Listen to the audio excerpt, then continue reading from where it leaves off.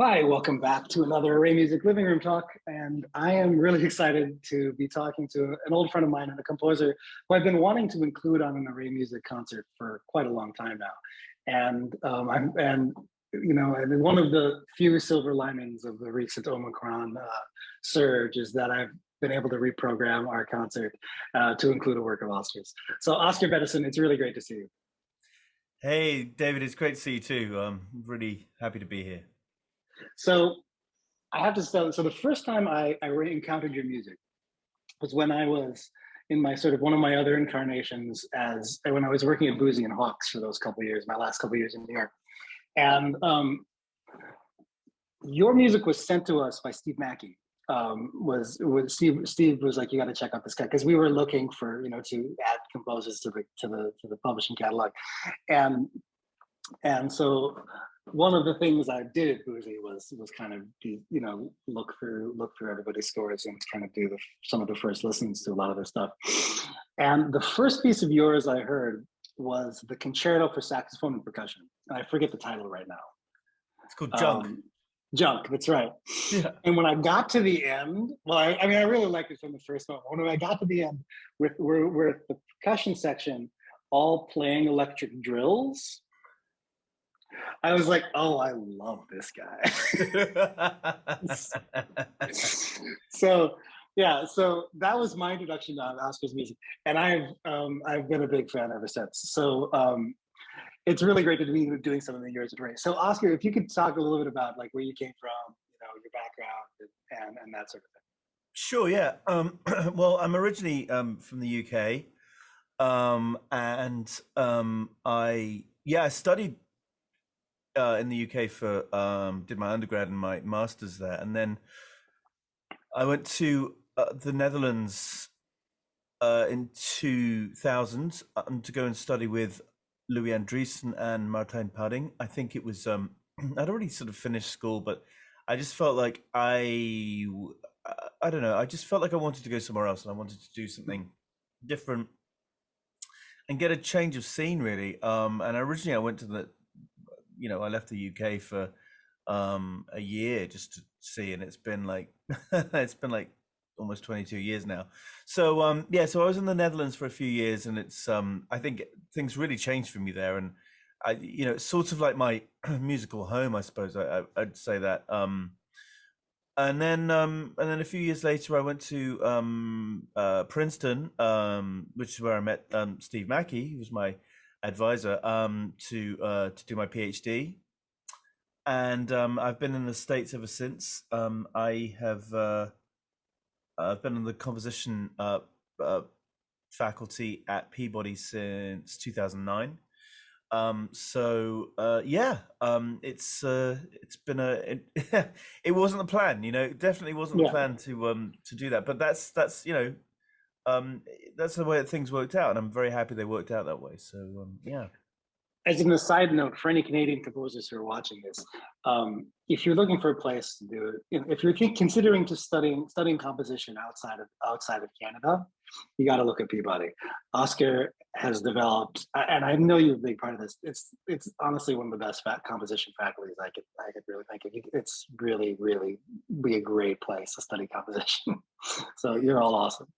Thanks. So Yeah, I mean, we were. Yeah, it was a group effort over a long period with I had to say with the backing of the administration, who really got what a composition department sort of should look like these days. And so we have everybody writes really different types of music, and there's no kind of like school of yeah. thought, and that's really something that I think is very much in keeping with today's composition world.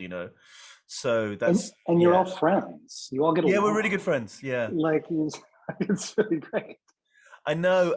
It's funny. It's just the right combination of people. It's just Yeah. we everybody's really friendly and really nice and fantastic composers, but just a warm, friendly, really fun bunch of folks. So, and we hope that the I mean that's true of the students as well. They're super supportive of each other, even though they write really different types of music. So, and that's the way it should be, really. Sort of I definitely attended schools where there was sort of, you know, a kind of, you know, maybe aesthetic is too strong a word. Well, I don't know, but you know, something like that. And it was, you know, it's fine if you want to do that, but if you want to start doing something different, and I really think that there's definitely a point in every composer's career where they really have to just go for it and try things out. And you know, you need to be given that opportunity. You need to be in a place where you can sort of do that and make mistakes and go wrong and try things out and all of that. It's super important. So I hope that's what we've built. Yeah, and so actually, and this kind of relates back to the. I mean, I wanted to kind of roll back to the Netherlands idea, Yeah. to the So, I mean, it does seem like that was a turning point for you, and you're such a sort of there is such a Dutch school, in so many ways. But I also love, and especially after Louis died, a couple was it just last year? Yeah, it was just Yeah, in last year. July. Yeah, yeah. And it occurred to me just how, I mean, I knew this, obviously, but it was really astounding to me to sort of rediscover how much of an impact that, and how positive of an impact that he and the community in the Netherlands has made, and in the contemporary classical music world on the whole, and it's not just like, I mean, like it's like what you're talking about, Peter Buddy, like it seems like there's relatively little, like it's a warm and supportive community that I saw Yeah, yeah, around Louis and his yeah. students, and it seems like Martine's similar, Absolutely. it's just a lovely group, and the outpouring of like just sincere love and like thankfulness that happened after Louis died, was really astounding to see. Yeah. I mean, I'd say, I mean, there's a few things to say that. I mean, the first thing is that I should say that Louis and Martijn and other composers, because like Gilles van Bergijk, Diedrich Wagenaar, they were all part of this what we call the Hague School. So everybody had gone through the Hague, and there were other aesthetics and other things in Holland that are really important too. But just to put that into that context, but I mean, it's a small country. It's like, I don't know, maybe 16 something million people. It's a tiny little country, but really, punches way above its weight in sort of cultural um, information, and especially contemporary music, but many other things as well. Actually, it's just a really, it's a country that really values its arts and sees its arts as a sort of just an important sort of export, and way that they view themselves. I will say that also the Dutch were really responsible for creating something that they call Dutch ensemble culture. Mm. So and this is state funded. So that should be said. Although state funding really dropped down in the around 2010, unfortunately. But I mean, there's so many ensembles, and there's this culture of making ensembles, and ensembles making, working with composers and making this kind of scene happen. And it can't happen without composers and ensembles, and coming together and try and making these things. And so many composers were playing in ensembles, but also just involved in ensembles, maybe as directing ensembles. And so and oftentimes without, I mean, there are conductors, but conductors would fit in a way as part of the ensemble, and not this kind of hierarchical thing. It's very much like an evening out of the playing field of these kind of things. So that was really important. The other thing is, and I mean, the outpouring of love for Louis. I mean, one thing that's really, and I've said this to anyone who asks me about this stuff, but it's really important to note is that he was the most important Dutch composer. I mean, the most famous Dutch composer, I don't know, ever, but like, definitely in his lifetime. And he went to like every concert. I mean, I had premieres, and I hadn't told him that I was having a premiere, and he'd be there. and he was always there. He was always at all these concerts, and he was always, just part of part of the scene. And it wasn't like this thing of like, oh, the young composers do this thing, and then the old man that is just like off in his world, and he's too busy, and he's got all these commissions from all around the world. I mean, he did, but he was at every concert, and he was super supportive of all of his students, of which there are, I mean, hundreds now, and so many students from Canada actually. Yeah, there's a huge Canada. There's a huge Canada. Absolutely. Canada Netherlands connection. Yeah. Yep. And very much people here in Toronto, and yeah, Yeah. lots of Alison Cameron and Martin Arnold. And yeah, Yeah. Yeah. No, it's been it was obviously it was very. And I only met him a few times, and I never got to work with him as a performer. That's another person that I met through my job at Boozy and Hawks. But just such a. I mean, he was just so much fun. It's just so much fun. So much fun, and just he knew what he wanted, and I mean there was. I mean, we would argue in lessons. I mean, we would have kind of fun arguments in lessons, and they were, and he would, yeah, but he was okay with it, and he was fine with it, and you sort of say, well, okay, then, do your thing, and that was fine, and it was, yeah, he was, but so warm and generous, and like I say, I mean, with his time, and he would come to everything, and he worked with, and also he would work with like the new ensembles, like the like kids straight out of college or even in college, still just started an ensemble. Louis, would you write as a piece? Or well, if he had time, he would do something, or would say, well, can you play something? But he would be there for them, and maybe give them a little boost by having a piece by by the big man, and he would do it, and or he would just and he really wanted to make a legacy of composers and performers, and I think that's, apart from his music, I think that's the other really important part of it, and that came right from the beginning, right from the the late '60s, when they were sort of all the composers, this group of composers got together and sort of decided to try and change the musical world. Yeah. It really struck me, like we always use the word community around like new music community, and it is, but I mean, I think it's really appropriate when it comes to the Dutch scene. Absolutely. Yeah. So let's sort of move along and talk about the piece that we're doing. So it's a solo viola piece called Threaded Madrigals, which you wrote for the New York Philharmonic's new music series, right?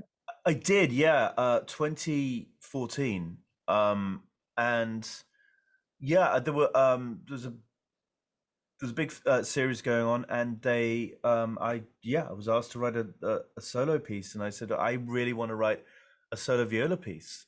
I've got a and actually since then I've got a thing for the viola. I just love the viola. I used to be a violinist, but I didn't know that. Yeah. But I actually prefer the viola in a lot of ways. It's something that really it's just such a beautiful instrument, and so sort of like, no, I want to do a solo viola piece. So it was hard actually. I haven't written so many solo pieces. I'm doing a couple of other things, and I've done a bit more since then, but it was one of the first solo pieces that I'd written, and I find them really hard. But it was a really nice piece to write, and it's a weird kind of mix of things. It really took me a lot longer than I thought it would, but it was really I really enjoyed writing it, and I think it's quite viola-ish. I think it's sort of I hope so. I think it shows a lot of stuff that the instrument does really really beautifully. And that was really the idea. It was a weird time in my life actually, because it was right before I have two daughters. It was right before my first daughter was born, and actually I went for a rehearsal uh, um, with the viola player from the New York Phil at Lincoln Center, um, as my wife was in hospital downtown in New York, and I remember I had to go from the rehearsal. I had to get a crosstown cab at like 3 o'clock on a Friday, which is of course the worst time to do that in Yeah. Manhattan, all the way to the hospital to like be there for like I mean, my daughter wasn't born for until like 12 hours later, but like it was a Right. bit of a But she was starting.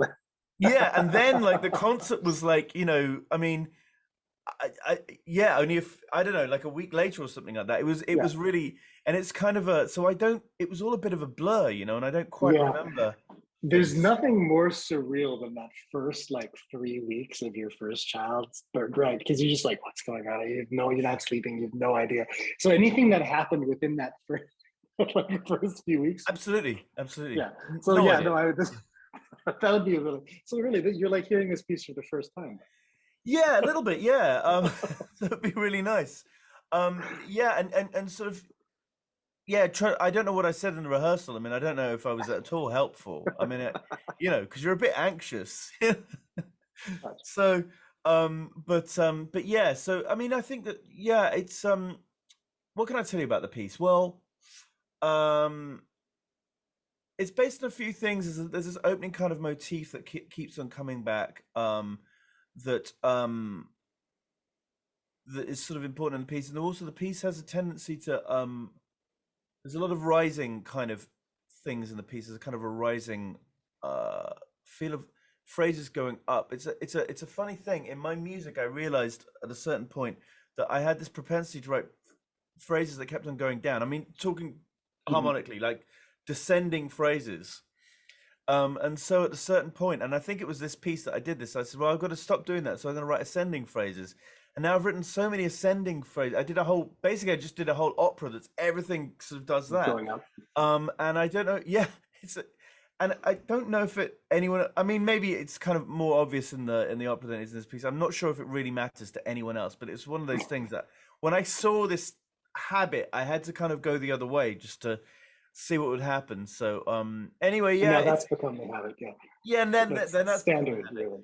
Yeah. But it's sort of, yeah, I mean, I think the piece basically it kind of winds its way up a little bit. It kind of builds momentum and starts kind of going, and then gradually, yeah, and then it sort of I don't know, it sort of burned itself out a bit, I suppose, by the end.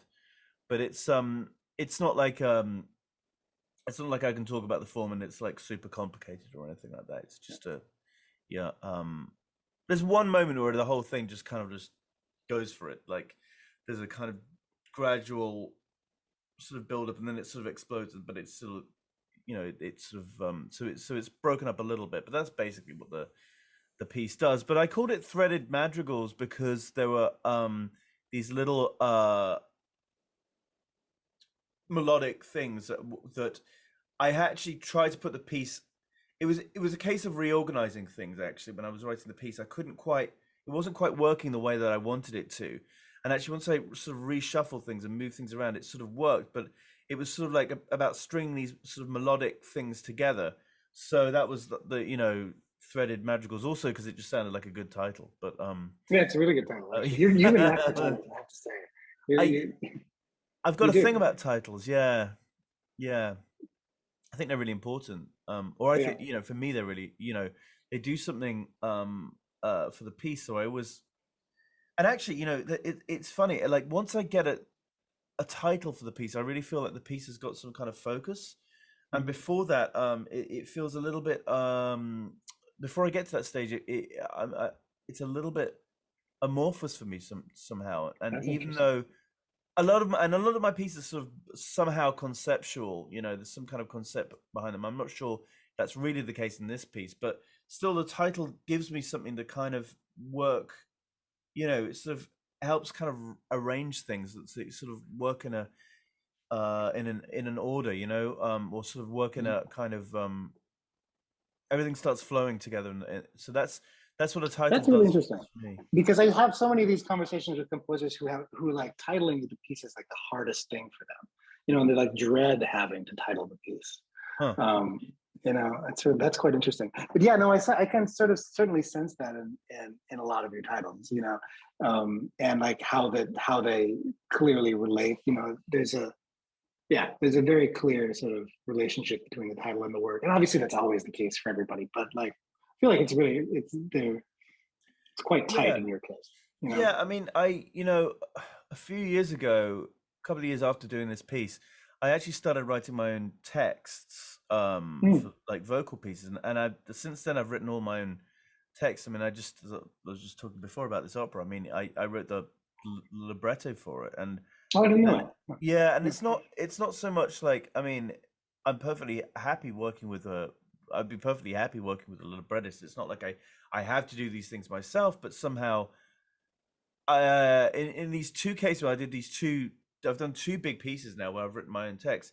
It was just that I couldn't really explain the concept to anyone without sort of doing a text, and then at that point it's sort of like, You I might mean, as especially well, with the yeah. opera, like I was so far down the line, you know, of actually, like, you know, trying to get something Mm. where I was like, this is sort of what I'm thinking of, that I thought, well, I haven't worked this out with anybody else, so I would just then be pulling somebody else in to like flesh things out for me, which I'm not sure is a particularly interesting job. And then Yeah. it's like, well, I might as well just carry on with it. So I've been doing that, and it's been really interesting for me, and really like it opened up so many, you know, new doors for me, I suppose, like creatively.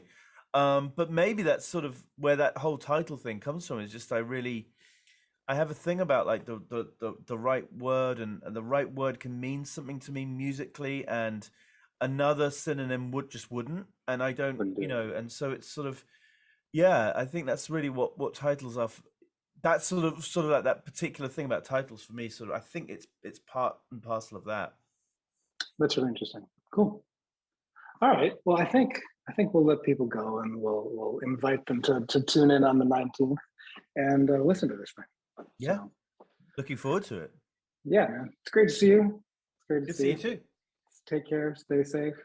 Absolutely, And hopefully we'll do some more. Be able to have a chance to do some. I'd love to. I want to play some chamber music of yours either way. So that'd be great. we'll do. Yeah. We'll get a chance. Well, let's hope that there are no more strains. I mean, I there will be, but deeply hope that this is the last concert I have to reprogram. oh god, I do too. Yeah, I just can only imagine how difficult all of that is. You it know. was better was better this year. Last year I needed a backup plan for my backup plan. It was awful. Oh, yeah, It's really bad. yeah, yeah. But this year's better so far. So Good, good. hopefully it's all okay. Fingers All right, crossed. man. Great to Take see you. care. Good to see you. Yeah. Bye bye. Bye.